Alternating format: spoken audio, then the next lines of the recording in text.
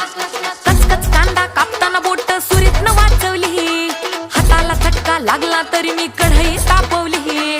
कचकच कांदा कापताना बोट सुरीतनं वाचवली, हाताला चटका लागला तरी मी कढई तापवली.